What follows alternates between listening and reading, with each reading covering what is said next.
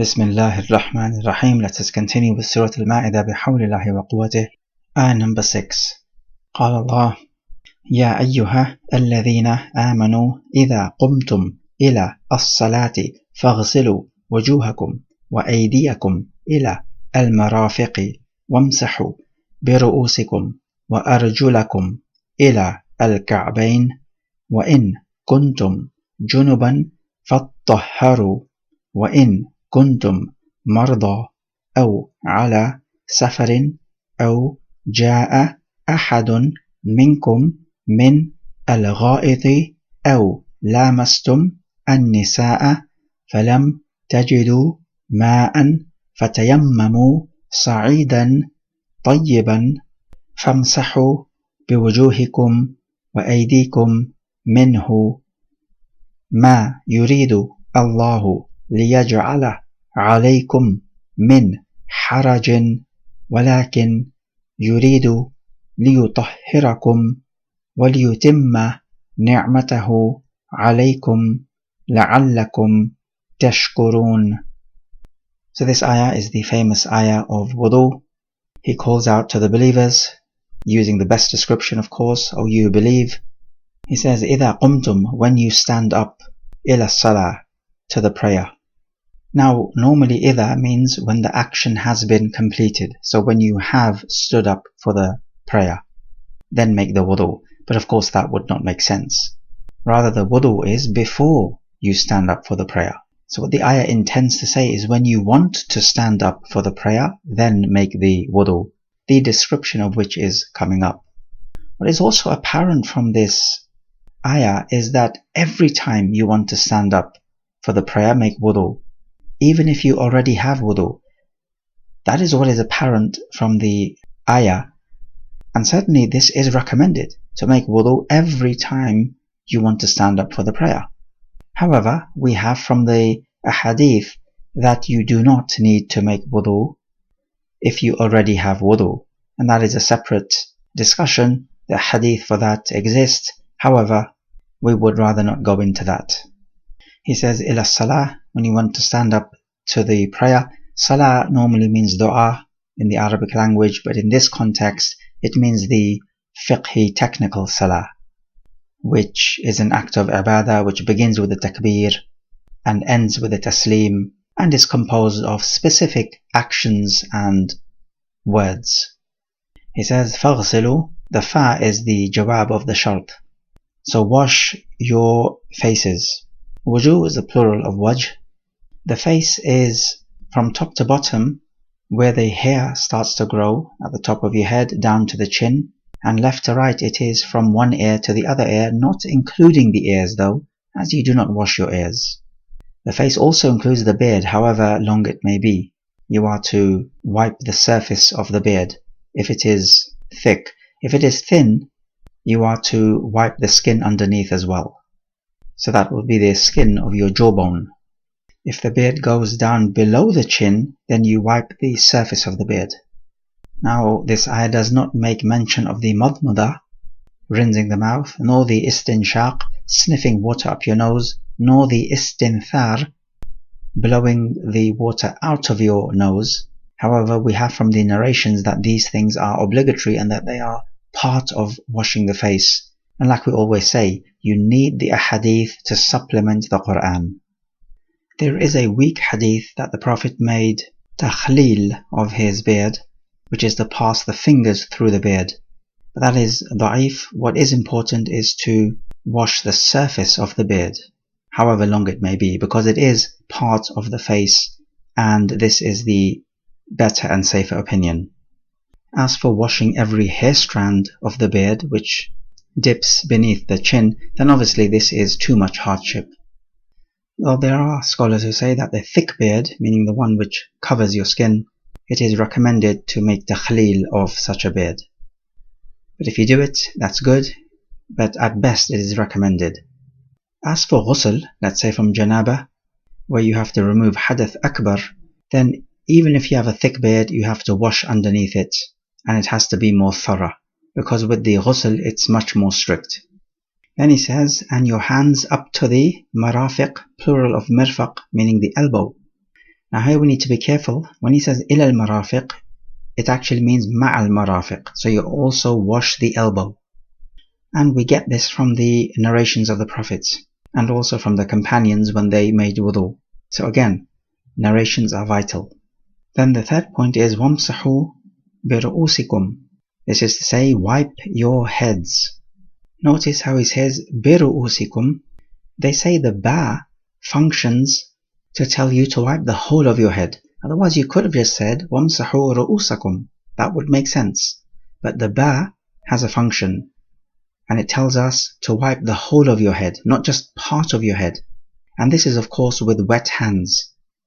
Now the head starts from above the forehead where the hair would normally grow for an average person, that is not a bald person, and it goes down to where the hair ends and where the neck begins. The neck is not included, it is not part of the head. And along with this, you wipe the ears. We take this from the narrations, even though it is not explicitly mentioned in the ayah. Okay, do you take some new water to wipe the head? The majority of the scholars say yes, you do. There's nothing hard and fast on this matter, but taking new water for every new wiping would be a good idea. But you do not take new water to wipe the ears, because the ears are part of the head, so you treat them all as one thing. As for if you want to wipe the khuffain, then taking new water is a good idea. Again, there's nothing hard and fast on this. If you did not take new water, then it does not matter, your wudu would still be good, as long as your hands are wet, because that's the most important thing, is that you wipe the particular body part with wet hands. And then he says, وَأَرْجُلَكُمْ إِلَى الْكَعْبَيْنِ, and your feet up to and including the ankle bones. Those are your two protruding ankle bones, which are well known of course. So you include them in the washing. Notice arjul is mansub bil-fatha because it follows the same grammatical rule as aydiyakum. It is possible to be recited arjulikum with a kasrah, but if that's the case, then this would be evidence for wiping over the socks or the khuffain, just as you would wipe over the head. Then he goes on to say, and if you are junub, so that's in a state of janaba after sexual intercourse, then fattahharu, which means bathe yourself completely. And then he says, if you are ill, marda, that's the plural of marid, or you are on a journey, or one of you has come from the gha'it, which means from the lavatory, or that you have touched women, and this refers to sexual intercourse. Note also the aw, when he says أَوْ جَاءَ أَحَدٌ مِّنْكُمْ مِنَ الْغَائِطِ, that actually means wa, meaning and.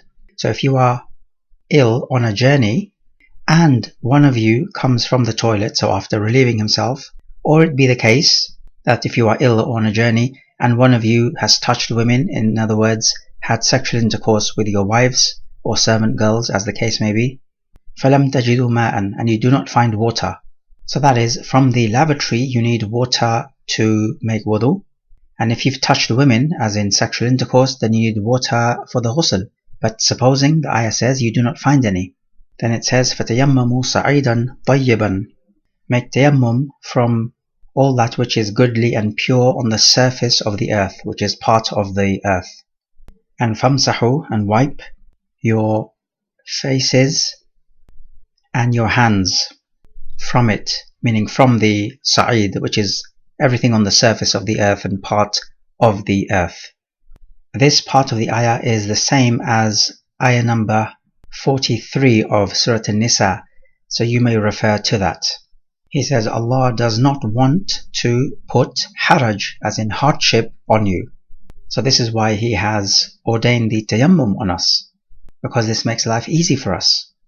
But rather He wants to yutahhirakum, to make tathhir of you, to purify you. And this is understood in both ways, physical and spiritual. So physical as in to remove dirt from you, and spiritual as in to remove you from sins. And he says, and He wants to complete His ni'mah, His favors upon you. So this is by way of lightening the load when life gets difficult. Or it could also mean by way of showing you the rules and regulations of this deen, so that you may be rightly guided. Because the best of all the ni'mah that you enjoy is guidance from Allah Jalla wa Ala. That is number one. Your health and your wealth and your family, all of these are good, but they're not your number one ni'mah. They will not enter you into Jannah. Only the guidance of Allah will enter you into Jannah. So therefore this is the greatest ni'mah. لَعَلَّكُمْ تَشْكُرُونَ, so that in order you may be thankful. Because when one does a favor upon you, then obviously you have to be thankful. So shukr, or thanksgiving, is when you show your benefactor how much you value the blessing bestowed upon you. And for Allah Jalla wa Ala, this means to worship Him and to obey His commands. So reflecting on this ayah, we find that because Allah Jalla wa Ala teaches us how to make wudu before the salah, we understand the importance and the virtue of the salah itself, and what a sacred state you're in. The fact that you are ordered to make wudu for the salah just goes to show you that salah is no ordinary state. It is a sacred state indeed. We also learn that tahara, of which wudu is part of, is one of the emblems and signs of Iman. Notice how he begins the ayah by calling you as believers, and then he talks about the tahara. So that means tahara is an emblem of Iman. Every mu'min is tahir, physically and spiritually. We also learn that wudu would not suffice you if you are in a state of janaba. And here you would need to take a full bathing before your salah can be acceptable. This full bathing does not need to include the wudu, as long as you bathe your body fully and wash everything thoroughly, including the rinsing of your mouth and putting water up your nose. So fully you wash your body, then wudu is not required for your salah to be correct. And this is the case if you're in a state of janaba and you're making ghusl from janaba. Because we notice that Allah Jalla wa Ala does not order us to make wudu if you're in a state of janaba. Rather, the ghusl is sufficient, even if you did not make wudu in that ghusl. We also learn the great ni'mah of Allah Jalla wa Ala, how He lightens the load for us and allows us to make tayammum. This is one of the specific aspects of this ummah, is tayammum, as our sharia is superior to all the other shara'i' of the previous prophets. And we also learn that the tayammum would suffice you for your ghusl of janaba in the event that you cannot find water. And in the tayammum we also notice that He tells us to wipe the hands, but He does not say up to the elbows. So this means that when you're making tayammum, you wipe your face as usual with the earth. So it could be dust, it could be grass, it could be all types of things. And then you wipe your hands up to the wrist, not up to the elbows. This is vital. There is a weak hadith which talks about up to the elbows, and we pay no attention to that. We also need to take from this ayah that the wudu is done in the particular order it is mentioned in the Quran, as that is how the Prophet and the companions did it. You're not allowed to rupture the order of the wudu, as that would be an invalid wudu. We also notice the great ni'mah of Allah Jalla wa Ala in that He makes life easy for us if we are ill or on a journey and are unable to use water, either because we do not find it, or we do find it but it may exacerbate the illness, or perhaps you need the water to drink and you do not have enough for both wudu and to drink. So you see, there is much mercy in this sharia. One might ask, why are only these 4 body parts mentioned in the wudu? Why not other body parts? Why not your shin, or your thigh, or your upper arm, or your shoulders, or your chest, or your back? Well, the answer is because this is what Allah has said so.